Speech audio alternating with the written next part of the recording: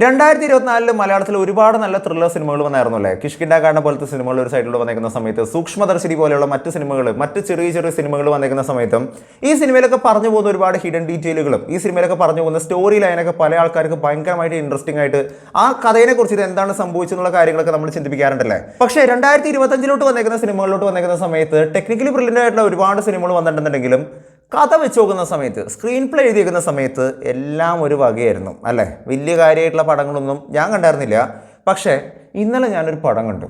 Officer on duty എന്ന് പറയുന്ന ഒരു സിനിമയായിരുന്നു. ഞാൻ ഈ പടം കാണാനായിട്ട് പോകുന്ന സമയത്ത് ഇതിനകത്ത് വർക്ക് ചെയ്തേക്കുന്ന ടീമിനെ കുറിച്ചും സ്ക്രീൻ പ്ലേ ചെയ്തേക്കുന്ന ആൾക്കാരെ കുറിച്ചൊക്കെ ഒന്ന് നോക്കുന്ന സമയത്തായിരുന്നു മലയാളത്തിൽ തന്നെ ഏറ്റവും നല്ല ഒരുപാട് സിനിമകൾ തന്നേക്കുന്ന ജോസഫ്, ഇലവീഴ പൂഞ്ചിറ, നായാട്ട് പോലെയുള്ള സിനിമകൾ തന്നേക്കുന്ന ഒരുപാട് പോലീസ് ഇൻവെസ്റ്റിഗേഷൻ സ്റ്റോറീസുകൾ തന്നേക്കുന്നത് ഒരു നല്ല ടീമിന്റെ സിനിമയാണ് ഈ ഒരു സിനിമ എന്നുള്ള രീതിക്കാണ് നല്ല അഭിപ്രായം കേട്ടിട്ട് തന്നെയായിരുന്നു ഈ സിനിമ കാണാനായിട്ട് പോയിരുന്നത്. ഒരു ചെറിയൊരു മാലമോഷണത്തിന് വെച്ചുകൊണ്ട് ഒരു കഥ എഴുതാനായിട്ട് പറ്റുമോ സക്കീർ ബായിക്ക്? എന്നാൽ ഇങ്ങനെ കൊണ്ട് സാധിക്കും. കാരണം ഇയാൾ ചെയ്തു വെച്ചേക്കുന്ന ഒരു ഐറ്റം എന്ന് പറയുകയാണെന്നുണ്ടെങ്കിൽ ഒരു ചെറിയ മാലമോഷണത്തിനെ അത് വെച്ചുകൊണ്ട് കണക്ട് ചെയ്ത് പോകുന്ന ഒരു കഥ.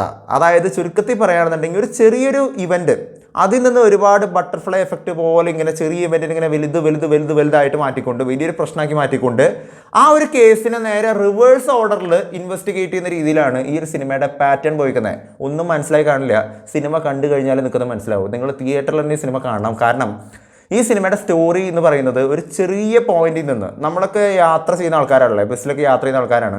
നമ്മളൊക്കെ യാത്ര ചെയ്യുന്ന സമയത്ത് പലതരത്തിലുള്ള കാര്യങ്ങളൊക്കെ നമ്മൾ കാണാറുണ്ട് അല്ലേ, പ്രത്യേകിച്ച് ടൂറിസ്റ്റ് ബസ്സുകളിലൊക്കെ. ഇങ്ങനെ നടക്കുന്ന ചില ഇവൻറ്റുകളെ ബേസ് ചെയ്തിട്ട് അതിൽ നിന്ന് കണക്ട് ചെയ്ത് വന്നിരിക്കുന്ന ഒരു സ്റ്റോറി അത് പിന്നീട് ഒരു മാലമോഷണമായിട്ട് ബന്ധപ്പെട്ട് പോകുന്ന ഒരു കഥേനെ നേരെ റിവേഴ്സ് ഓർഡറിൽ കാണിച്ചു പോയിക്കുന്ന ഒരു ഇൻവെസ്റ്റിഗേഷൻ ത്രില്ലറാണ് ശരിക്കും ഈ ഒരു ഓഫീസർ ഓൺ ഡ്യൂട്ടി എന്ന് പറയുന്ന ഒരു സിനിമ എന്ന് പറയുന്നത്. ഈ സിനിമയുടെ ഏറ്റവും വലിയ പോസിറ്റീവ് എന്താണെന്ന് നോക്കുകയാണെന്നുണ്ടെങ്കിൽ കുഞ്ചാക്കോ ബോബൻ എന്ന് പറയുന്ന ഒരു ആക്ടറാണ്. ശരിക്കും കുഞ്ചാക്കോ ബോബൻ എന്ന് പറയുന്ന ഒരു നടനെ കുറിച്ച് നമുക്ക് അറിയാം. ചോക്ലേറ്റ് ബോയ് ആയിട്ടും ഇപ്പോൾ ഈ അടുത്തയുടെ കുറേ സിനിമകൾ അദ്ദേഹം ഗ്രേഷ്യഡായിട്ട് ക്യാരക്ടേഴ്സും വില്ലൻ ക്യാരക്ടേഴ്സും ഒക്കെ ചെയ്തിട്ടുണ്ട്. പക്ഷേ ഇതുപോലൊരു പോലീസ് ഓഫീസറിൻ്റെ വേഷം അദ്ദേഹം ഇന്നേ വരെ ചെയ്തിട്ടില്ല എന്നുള്ളൊരു കാര്യം ഞാൻ എഴുതി ഒപ്പിട്ട് തരാം. അദ്ദേഹം എന്നല്ല, ഒരുപാട് ആൾക്കാർ, ഒരുപാട് വലിയ വലിയ സൂപ്പർ സ്റ്റാർസ് പോലും ആ തരം ഒരു ക്യാരക്ടർ ചെയ്തിട്ടുണ്ടെന്ന് എനിക്ക് തോന്നുന്നില്ല. കാരണം സിനിമയുടെ തുടക്ക ഭാഗത്തിന് ഒരു ഷോട്ടിനകത്ത്, ഇൻട്രോ ഷോട്ടിനകത്ത് തന്നെ ഇയാളുടെ ക്യാരക്ടർ എന്താണ്, ഈ CI എങ്ങനത്തെ ഒരാളാണെന്നുള്ളൊരു കാര്യം കൃത്യമായിട്ട് കാണിക്കുന്ന തരത്തിലുള്ള ഒരു പെർഫോമൻസ് ഒരു സീനിലൂടെ തന്നെ കൃത്യമായിട്ട് കാണിക്കുന്നുണ്ട്.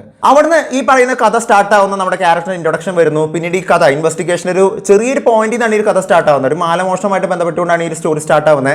ഇവിടുന്ന് അങ്ങോട്ടേക്ക് കഥ സ്റ്റാർട്ട് ആവുന്ന സമയത്ത് ഓരോ പോയിന്റിൽ നിന്നും ABCD എന്ന് പറയുന്ന രീതിക്ക് പല പല ആൾക്കാരിലോട്ട് ഈ ഒരു മാലമോഷണമായിട്ട് ഈ ഒരു കഥ എങ്ങനെ മുന്നോട്ടേക്ക് പോകുന്നുണ്ട്. നമ്മൾ വിചാരിക്കുന്നത് ഒരു യൂഷ്വൽ മോഷനാണ്. ഞാൻ ചിന്തിച്ചൊരു കാര്യം തന്നെയായിരുന്നു, ചെറിയൊരു മോഷണ കേസ് വെച്ചുകൊണ്ട് എങ്ങനെയാണ് ഈ കഥ ഇത്രയും വലിയൊരു സംഭവമാക്കി മാറ്റാനായിട്ട് പറ്റാന്നുള്ളൊരു കാര്യമായിരുന്നു. പക്ഷേ സിനിമയുടെ അവസാന പോയിന്റിലോട്ട് എത്തുന്ന സമയത്താണ് കഥ നമ്മൾ ചിന്തിക്കുന്ന പോലെയല്ല. നമ്മൾ കണ്ടേക്കുന്നതിൻ്റെ തുടക്ക ഭാഗം എന്ന് പറയുന്നത് ടിപ്പ് ഓഫ് ദ ഐസ്ബർഗ് എന്ന് പറയുന്ന പോലെ നമ്മൾ കണ്ടതൊന്നുമല്ല സത്യത്തിൽ ഈ കഥ. അതിൻ്റെ അപ്പുറത്തോട്ട് ഒരു വലിയൊരു പാസ്റ്റ് ഈ സിനിമയ്ക്ക് ഉണ്ട്, ഈ ഒരു കഥയ്ക്ക് ഉണ്ടെന്നുള്ളൊരു കാര്യം നമുക്ക് ഏറ്റവും അവസാനം നമുക്ക് മനസ്സിലാവുക. ആൻഡ് ഈ സിനിമയിൽ വന്നേക്കുന്ന പ്രധാനപ്പെട്ട വില്ലന്മാരെ കുറിച്ച് പറയാതിരിക്കാനായിട്ട് പറ്റില്ല.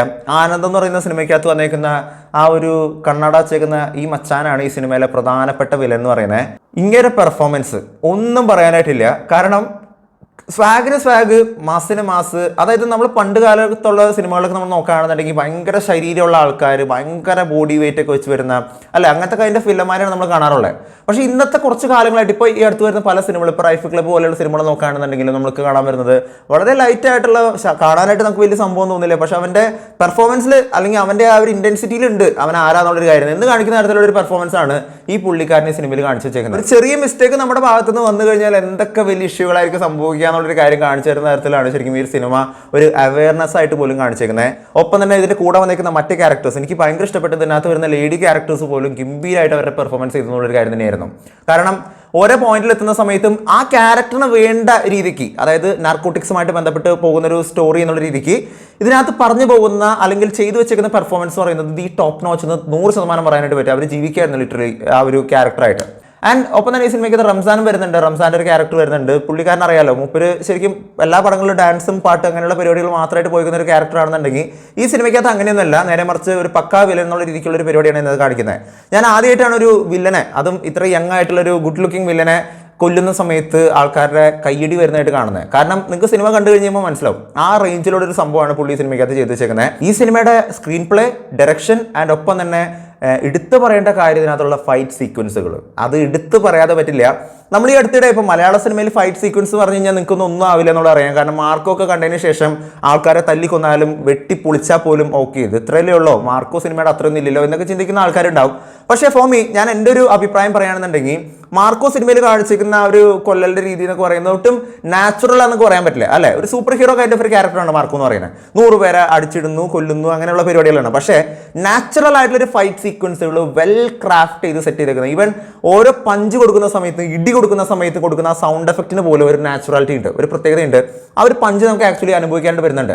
ആ ഒരു ഇന്റൻസിറ്റി ഈ രണ്ട് ക്യാരക്ടേഴ്സ്, ഹീറോ വേഴ്സസ് വില്ലൻ എന്ന് പറയുന്ന ക്യാരക്ടേഴ്സ് തമ്മിൽ മുട്ടുന്ന സമയത്ത്, അവർ തമ്മിൽ പെട്ടയ്ക്കുന്ന സമയത്ത് കിട്ടുന്ന ആ ഒരു വൈബ്രേഷൻ ഒക്കെ ആക്ച്വലി ഫീൽ ചെയ്യും. അത്ര നാച്ചുറൽ ആയിട്ടുള്ള ഫൈറ്റ് സീക്വൻസുകളാണ്. ഒരു അടിപൊളി ചേസിങ് സീനി സിനിമയ്ക്ക് അത് സെറ്റ് ചെയ്തിട്ടുണ്ട്. കലൂർ ജംഗ്ഷനിൽ വെച്ചിട്ട് ഈ കുഞ്ചാക്കോപ്പന്റെ ക്യാരക്ടർ ഇതിനകത്ത് വരുന്ന വില്ലനെ ചേസ് ചെയ്യുന്നൊരു സീൻ ലൈവായിട്ട് സെറ്റ് ചെയ്ത് വെച്ചിട്ടുണ്ട്. അത് ഗംഭീരം തന്നെയായിരുന്നു, കാണാൻ നല്ല രസമായിരുന്നു. ഇങ്ങനെയുള്ള വളരെ എഫേർട്ട് എടുത്തേക്കുന്ന ഫൈറ്റ്സിനകത്താണെന്നുണ്ടെങ്കിലും പെർഫോമൻസിനകത്താണെന്നുണ്ടെങ്കിലും അഭിനയം കൊണ്ടാണെന്നുണ്ടെങ്കിലും വളരെയധികം എഫേർട്ട് എടുത്തേക്കുന്ന കുഞ്ചാക്കോപ്പിന്റെ എസ്പെഷ്യലി എടുത്ത് പറയേണ്ട ഒരു കാര്യമാണ്. അദ്ദേഹം വളരെ വെൽ ക്രാഫ്റ്റ് ചെയ്ത്, അദ്ദേഹം വളരെ കഷ്ടപ്പെട്ട് ചെയ്തേക്കുന്ന ഒരു പടം എന്നുള്ളൊരു കാര്യം 100% പറയാനായിട്ട് പറ്റും. അത്രയും നമുക്ക് ആ സിനിമയിൽ കാണാനായിട്ട് പറ്റുന്നുണ്ട്, സ്ക്രീനകത്ത് കാണാനായിട്ട് പറ്റുന്നുണ്ട്. ഒരുപാട് സന്തോഷമുണ്ട് ഇത്ര നല്ലൊരു പെർഫോമൻസ് അദ്ദേഹം കാഴ്ചവെച്ചതിൽ. ഭയങ്കര ഒരു എന്താ പറയുക, നമ്മളൊരു ഫാൻ ബോയ് മൊമെന്റ് എന്നുള്ള രീതിക്കുള്ളവരായിപ്പോയി. കാരണം ഞാൻ ഇങ്ങനെ ഒരു ക്യാരക്ടറിന്റെ പെർഫോമൻസ് ഇതുവരെ കുഞ്ചാക്കോവിന്റെ ഭാഗത്തുനിന്ന് പ്രതീക്ഷിച്ചിരുന്നില്ല, കണ്ടിട്ടുമില്ല. ആദ്യമായിട്ടാണ് ഞാൻ ഇങ്ങനത്തെ ഒരു സംഭവം കാണുന്നത്. അത്ര രസകരമായിട്ട് പുള്ളി സിനിമയിൽ ചെയ്തു വെച്ചിട്ടുള്ള കാര്യം തന്നെ എനിക്ക് തോന്നിയത്. ഓവറോൾ നോക്കുകയാണെന്നുണ്ടെങ്കിൽ നല്ല ഡയറക്ഷൻ, നല്ല സ്ക്രീൻ പ്ലേ, ഒപ്പം തന്നെ നല്ല ആക്ടേഴ്സിനെ കൂടി കിട്ടിയേക്കുന്ന സമയത്ത് നല്ല സ്റ്റൺസും നല്ലൊരു സ്റ്റോറി ലൈൻ എല്ലാം കൂടി മിക്സ് ചെയ്തുകൊണ്ട് ഒരു നല്ല ബീജിയത്തിന്റെ കൂടി ഒരു ബ്ലെൻഡ് വന്ന സമയത്ത് ഓവറോൾ ഒരു 5 out of 5 എന്ന് പറയാൻ പറ്റുന്ന തരത്തിലുള്ള ഒരു നല്ലൊരു സിനിമ തന്നെയാണ് ശരിക്കും ഈ ഓഫീസർ ഓൺ ഡ്യൂട്ടി എന്ന് പറയുന്ന ഒരു സിനിമ എന്ന് പറയുന്നത്. അവസാനം വരെ നമ്മളെ പിടിച്ചിരുത്താൻ പറ്റുന്ന തരത്തിൽ, ഗ്രിപ്പ് ചെയ്യാൻ പറ്റുന്ന തരത്തിലുള്ള ഒരുപാട് ഷോട്ടുകളുണ്ട്.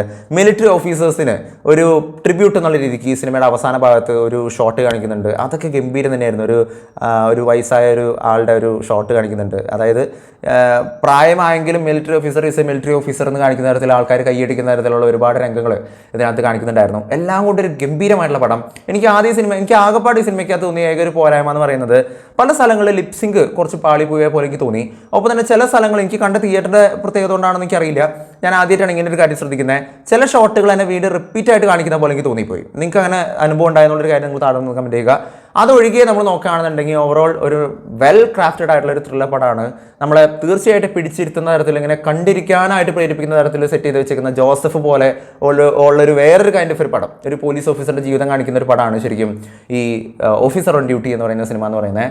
തീർച്ചയായിട്ടും നിങ്ങൾക്ക് കാണാനായിട്ട് പറ്റുന്നുണ്ടെങ്കിൽ, അതിനുള്ള സാഹചര്യം നിങ്ങൾക്ക് ഉണ്ടെന്നുണ്ടെങ്കിൽ, പൈസ ഉണ്ടെന്നുണ്ടെങ്കിൽ ധൈര്യമായിട്ട് പോയി കണ്ടോളൂ. കാരണം നിങ്ങൾക്ക് വെർത്തായിരിക്കും, കാണാനായിട്ടുള്ള സാധനം ഉണ്ട്. ഒട്ടും ആർട്ടിഫിഷ്യൽ അല്ല, വളരെ നാച്ചുറൽ ആയിട്ട് എടുത്ത് വെച്ചേക്കുന്ന ഒരു വെൽ ക്രാഫ്റ്റ് ചെയ്തേക്കുന്ന ഒരു പടം തന്നെയാണ് ഓഫീസർ ഓൺ ഡ്യൂട്ടി എന്ന് പറയുന്നത്. എന്താണ് നിങ്ങളുടെ അഭിപ്രായം എന്നുള്ളൊരു കാര്യം നിങ്ങൾ താഴെ നിന്ന് കമന്റ് ചെയ്യുക. വീഡിയോ ഇഷ്ടപ്പെട്ടെങ്കിൽ വീട്ടിൽ ലൈക്ക് ചെയ്യുക, വീഡിയോ മാക്സിമം പേര് ഷെയർ ചെയ്യുക. ചാനൽ ഇഷ്ടപ്പെടുന്നുണ്ടെങ്കിൽ സബ്സ്ക്രൈബ് ചെയ്യുന്ന കാര്യം പരിഗണിച്ചേക്കുക. തൊട്ടുള്ള ബെൽ ഐക്കൺ കൂടി അമർത്തിക്കുകയാണെന്നുണ്ടെങ്കിൽ ലേറ്റസ്റ്റ് ആയിട്ട് വരുന്ന വീഡിയോയുടെ അപ്ഡേറ്റുകളെല്ലാം നിങ്ങൾക്ക് ഉടനടി ലഭിക്കുന്നതായിരിക്കും. മറ്റൊരു വീഡിയോ ആയിട്ട് വീണ്ടും വരുന്നവരെ ഇറ്റ്സ് ബീൻ ടു നാൾസ് പാസ് സൈനിങ് ഔട്ട്. ബൈ.